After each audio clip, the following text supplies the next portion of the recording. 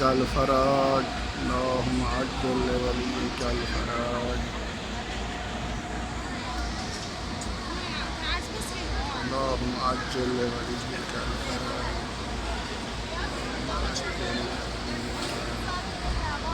بالله من الشيطان الرجيم.